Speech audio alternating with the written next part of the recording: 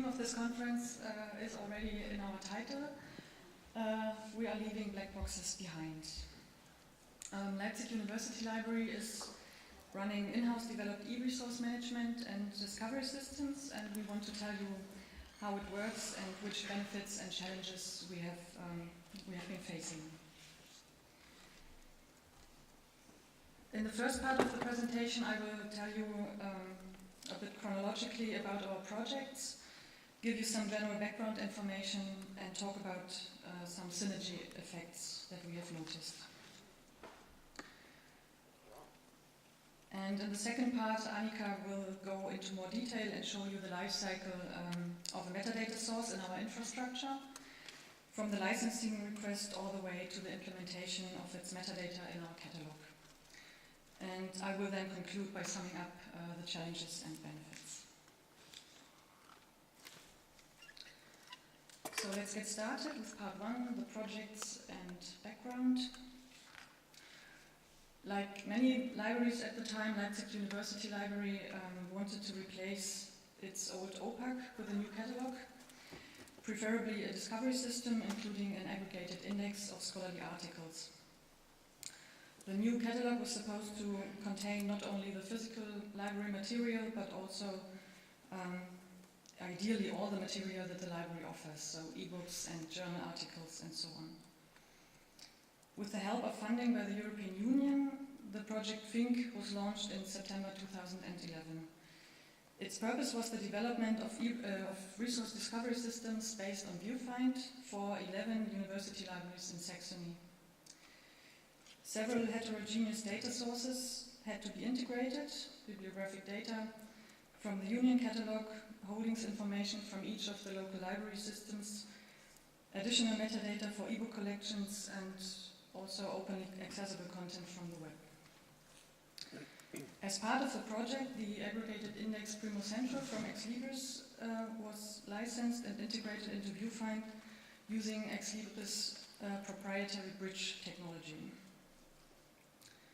The first FINC catalog went live in March 2012 and the others followed successively. The ongoing operation and further development of the FINC discovery systems is now financed by the FINC user community, which consists of all the participating libraries. It was established in September 2015 and is managed by Leipzig University Library. Now I'm changing the scene from catalog to electronic resources. In 2013, after evaluating available products on the market, we have decided to build our own electronic resource management system, and this project, called AMSEL, was also financed by European funds. In less than 2 years, the project team has developed an ERM system based on linked data technologies and the RDF editor onto Wiki. AMSEL now enables management of contracts, licenses, holdings, and organizational information in RDF, and integrates external bibliographic and organizational data from different sources. For instance, the German journal database, ZDB, and Lobit, the linked open data service of the North Rhine-Westphalian Library Service Center, HBZ. AMSEL went into live operation at Leipzig University Library in the last quarter of 2014. Now I come back to the catalog. The Primo Central license that went with the FINC project was about to expire in mid-2015. So in 2014 we started to evaluate the index and in conclusion asked ourselves, is it possible with moderate expense and with no qualitative and quantitative restrictions to build an aggregated index on our own?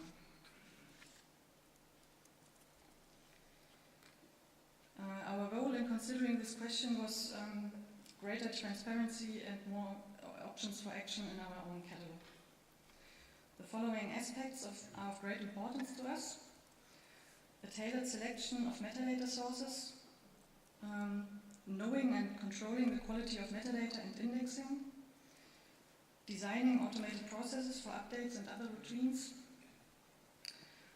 ensuring currentness of metadata, and the coverage of our licenses, which means reconciliation of available metadata with the licensed content.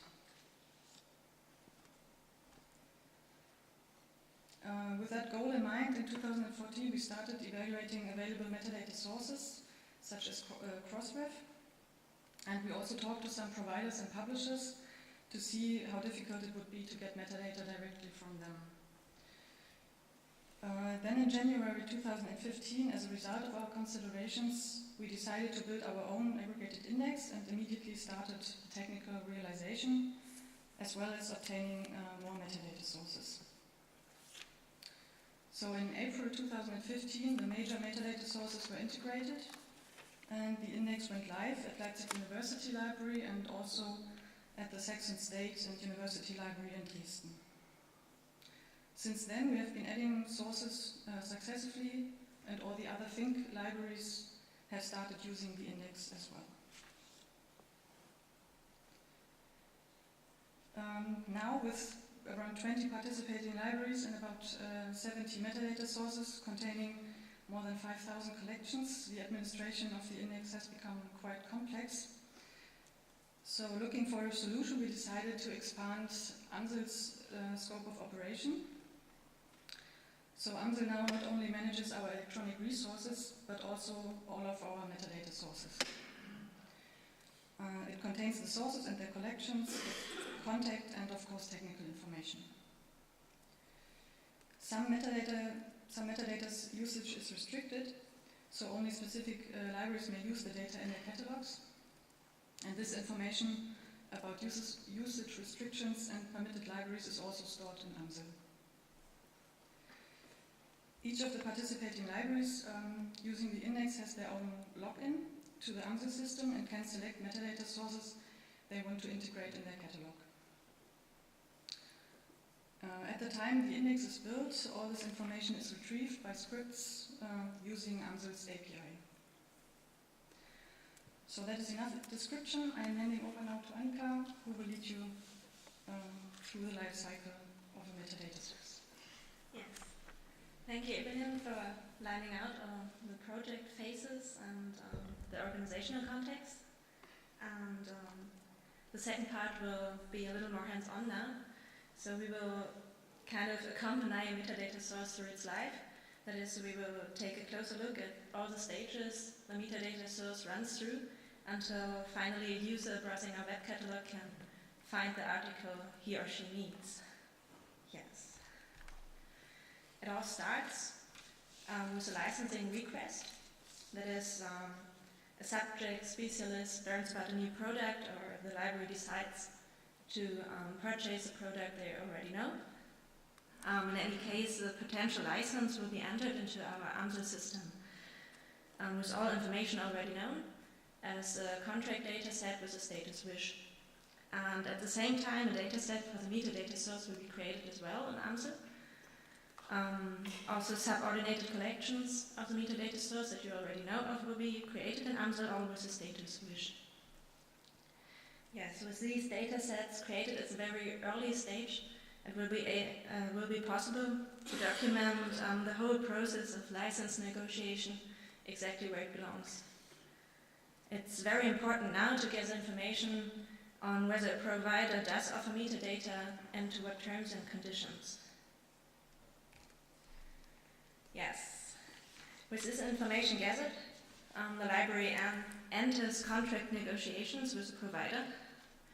It is absolutely necessary to broach the issue of metadata during these negotiations. We try to include the provision of high-quality metadata and the according processing and publication rights into each of our contracts. And regarding our setup with the whole Think user community working on one single collaborative index, we also try to include the right to let other institutions reuse the metadata we got. Well, unfortunately, it isn't always this easy. So with some providers, we couldn't come to an agreement of free of charge metadata, and we had to license the metadata itself in an additional contract. Some other providers do not offer metadata at all. And in these cases, we fall back on aggregators like Crossref. as we do as well for very small contracts that only cover a few journals, or for contracts that were already signed without a metadata agreement.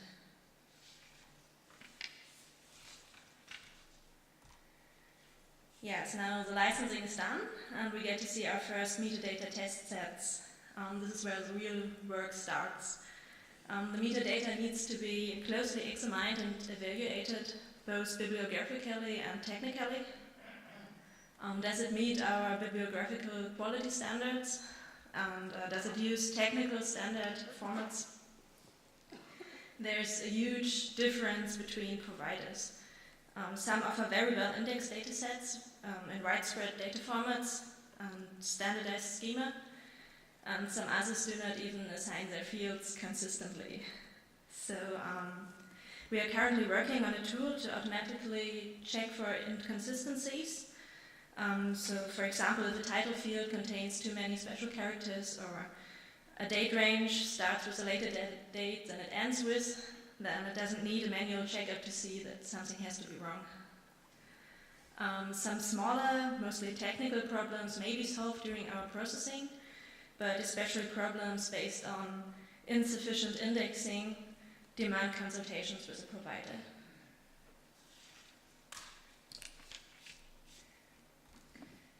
With these obstacles overcome, we can start the technical implementation.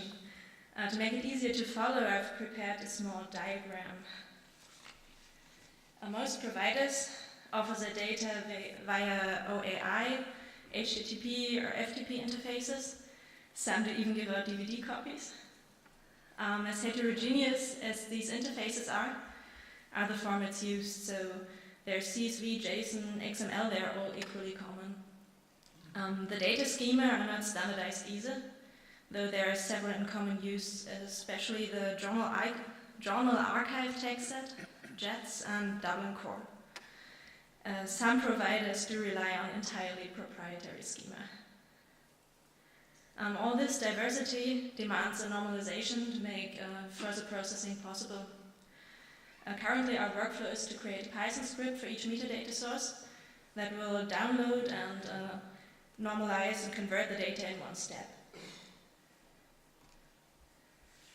So now we've got our metadata in a normalized processing format, but it only contains information about the electronic resources themselves, and not on the organizations that are part of our Think user community and want to display the data in their catalogs.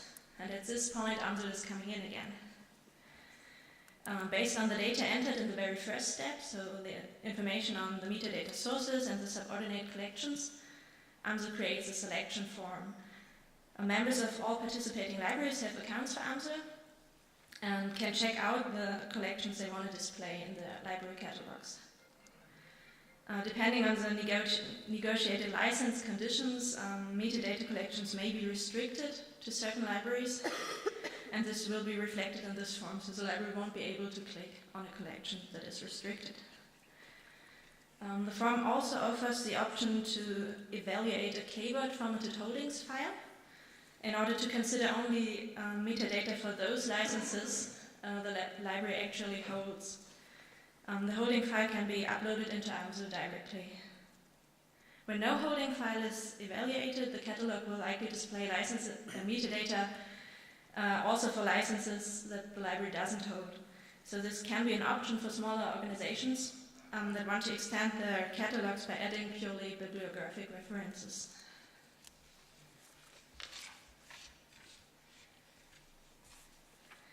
Yes, now we've gathered all the data necessary for the processing. There's a few who participated in Monday's bootcamp on building your own article index who will already be familiar with our processing routines. For all the others, I'm going to shortly line out the key steps. The first step, downloading and normalization of the metadata, I've already explained in the technical implementation context. The Python scripts created at this time will be run now. Afterwards, the library and licensing information will be added to the metadata using Python and Go scripts. The AMSL API provides a JSON file that is containing information on which library wants to include which metadata collections, and whether or not a holdings file shall be evaluated. If needed, a link to the holdings file will be included into the JSON as well. Yes. At the end of this step, each metadata row is enhanced by the identifiers, usually the ISILs, of the institutions that want to display the metadata in their catalogs. Then there's the third and last step of the processing routine that is written in Go again, and it converts our internal format to our Solr scheme.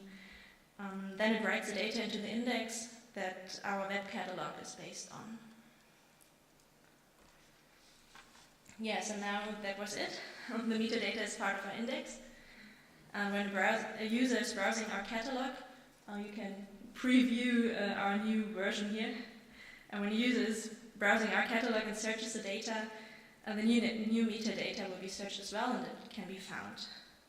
Yes. So I will just sum up some of the challenges and benefits. Building this new service did, of course, require staff and expertise. In terms of staff, we did not hire any new employees, but we surely have made some changes in the prioritization of our projects.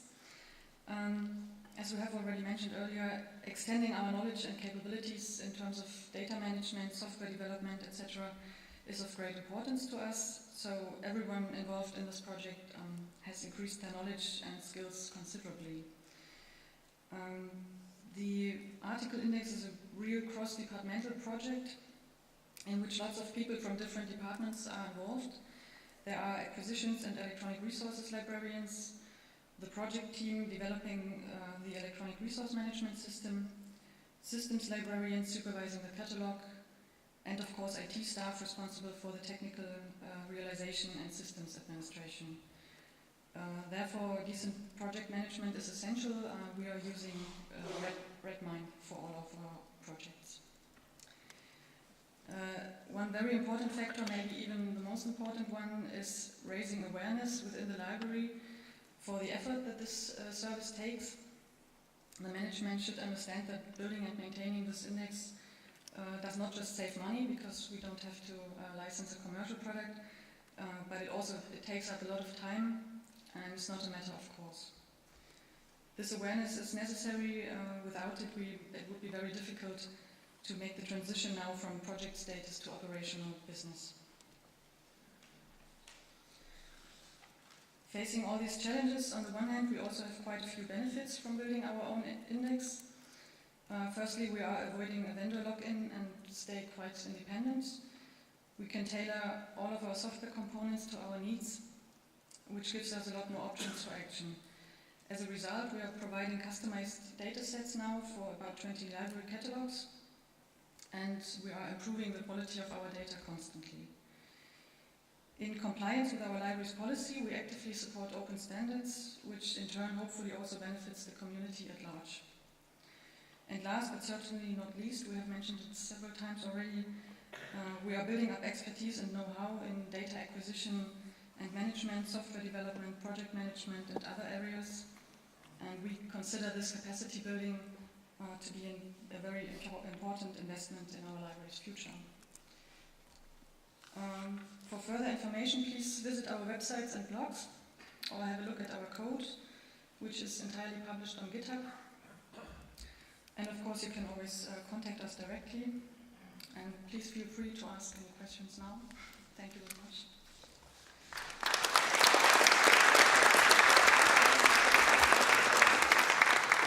Are there any questions?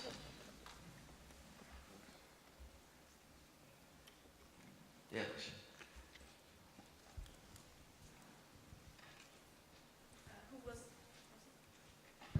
Yes, one hand. This one. Which one first?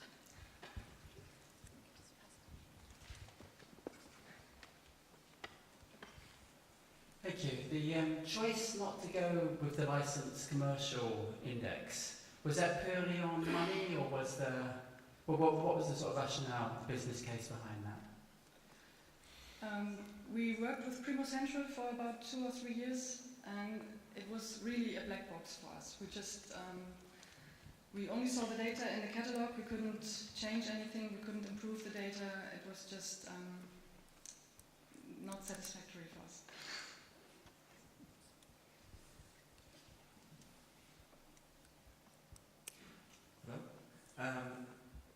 You selected Solver instead of Elasticsearch.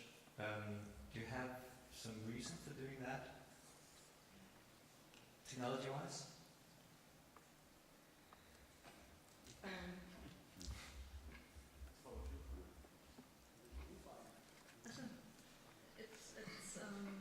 So we're not the technicians, and it's part of the viewfind setup. We're using the viewfind for Think, and that uses Elasticsearch.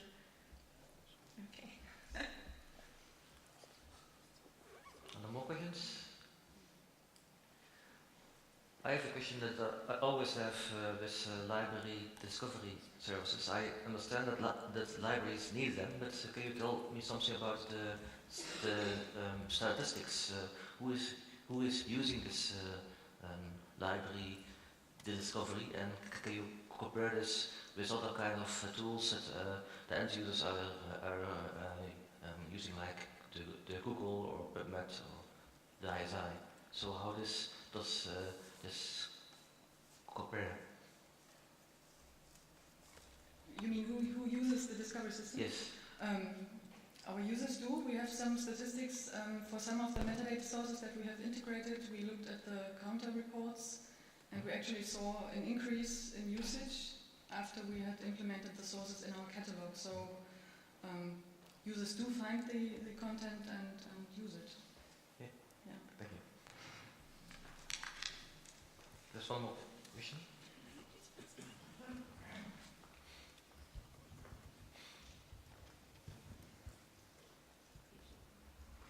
Hi, so when you do data enhancement and then you pull the same set from the vendor again because it's been updated for whatever reason, how do you handle merging the changes or keeping your metadata enhancements? So I see the aggregation process and pulling the metadata from the vendors, and then you're doing some sort of normalization work. Does it just get overwritten each time you pull the data back down? It's very hard to understand. Oh, I'm sorry. Just because of the mic, I think. Could you please repeat the question, or did you understand? So when you pull from a vendor and you get a data set, you do normalization of it.